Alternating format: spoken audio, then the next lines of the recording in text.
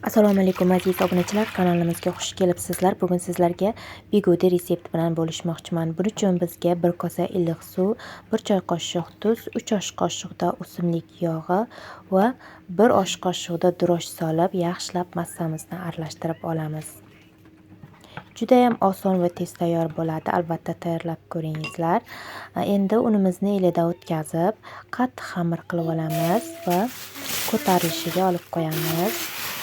Xamirlarimiz ko'tarilib chiqqunga qadar ustiga yopib qo'yamiz. Menda yarim soatda ko'tarilib chiqdi. Shu orada nachinkasini tayyorlab olamiz. Piyoz, korom, go'sht va ziravorlar kerak bo'ladi. Massamizni mayda qilib to'rab olgandim. Endi esa ziravorlarimizni solib, yaxshilab aralashtirib olamiz. Qiyma solsa ham bo'ladi. Menda qiyma bo'lmaganligi uchun go'shtni maydalab to'rab soldim. Albatta shu usul ham bo'ladi.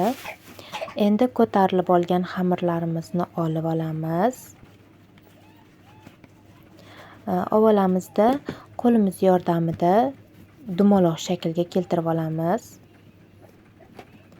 Kichkinaroq qildim, lekin baribir pishgandan so'ng katta bo'lib ketadi.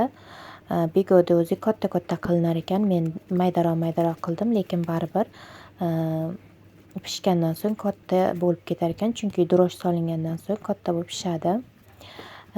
Endi esa dumaloq xamirlarimizni qo'limizda yuqaroq qilib yoyib olamiz va nachinkamizni solib, qo'ldan kelgancha to'kdim. O'zi birinchi marta bigudi qilishim edi, shuning uchun qo'ldan kelgancha tayyorlab ko'rdim.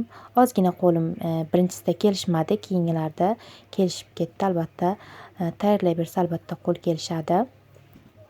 Lekin ochilib ketmadi, yaxshi.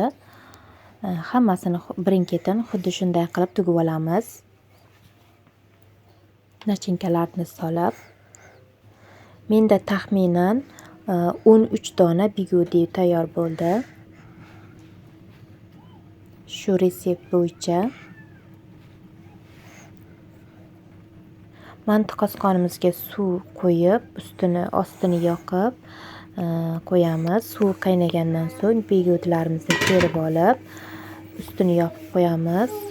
Taxminan 30-35 minut yoki 40-45 minutda pishib tayyor bo'ladi. Mana bigudimiz tayyor bo'ldi. Juda ham mazali bo'lar ekan, juda ham yumshoqqina. Orasiga sabzi salatni solib yoki ketchup, mayonez xohishga qarab yesa bo'ladi. Juda ham ajoyib. Albatta tayyorlab ko'ring. Reseptimiz yoqqan bo'lsa, albatta like bosishni unutmang.